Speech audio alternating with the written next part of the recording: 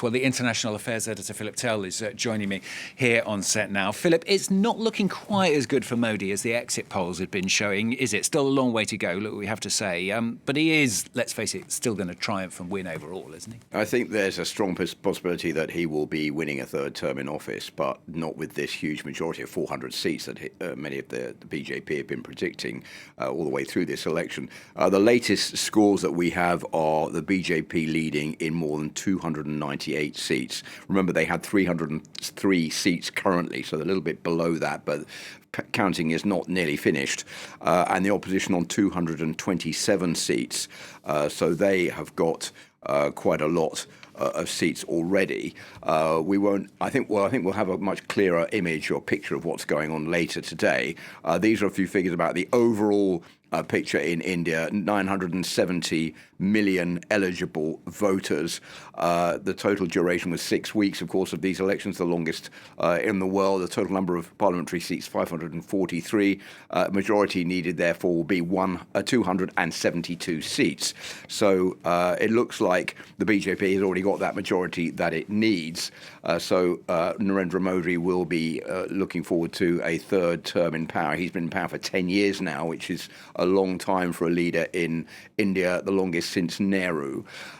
So the big question everyone is asking now is, will he be able to carry on with his plans? Will there be more Hindu nationalism, or will this rise in support for the opposition, which is quite unexpected, be difficult for the Prime Minister to take on, and he will therefore have to change his ways somewhat to accommodate this backlash against another term that he was looking forward to?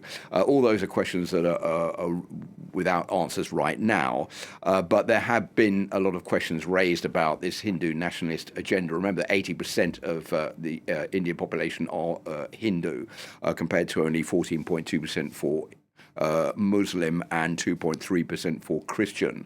So a lot of concern about exactly what is on Narendra Modi's agenda in the coming weeks. But this is certainly an unexpected result in these elections. A lot of course, questions about whether the elections are free or fair. A lot of complaints as well, perhaps the most serious from some of the other political parties, saying there have been politically motivated criminal charges, basically aimed at undermining their chances. Well, there have been quite a lot of complaints about the way this whole election campaign has been run, and there are also complaints about just what India is turning into. Is it still a secular society, or has it been turned into an autocracy? There's an interesting comparison by several experts who say that India is now termed a hybrid regime. That's to say, it's neither a full democracy, neither a full autocracy.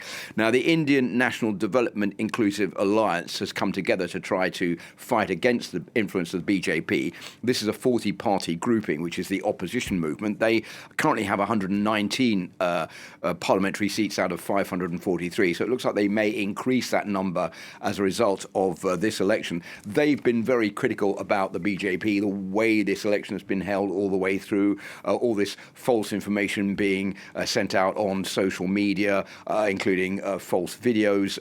One person who's come in particularly for a lot of attacks is Rahul Gandhi, the head of the Congress Party, which is part of the India National Development Inclusive Alliance, who's been accused of all sorts of inaccuracies, and there have been videos that aren't also honest about him that have been posted on social media. So they have been quite critical of the BJP, saying this is visibly a campaign to denigrate Rahul Gandhi so that they can win votes. There are also complaints about the appointment of the election commissioners, which have been changed for these elections, accusations that they're no longer partisan. So if the opposition does increase its standing in this poll, which looks as though it is doing that, I think there's going to be a lot of self-congratulation that despite all the efforts to try to stop the opposition from gaining more seats, that appears to be the opposite of what is actually happening.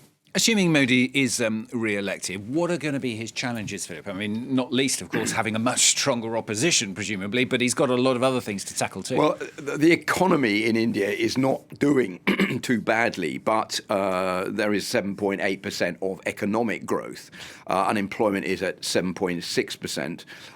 But there are two black spots. One is corruption. They're 93rd out of 180 countries. That's -1 place, according to Transparency International, and press freedom, that is an abysmally bad note. This is something that Narendra Modi has come in for a lot of criticism over during his term in power for muzzling the press, not making it a partisan society. They're 161 out of 180, which is an appallingly bad note for a democracy.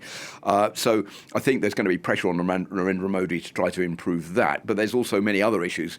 Youth unemployment, for example, is extremely high in India.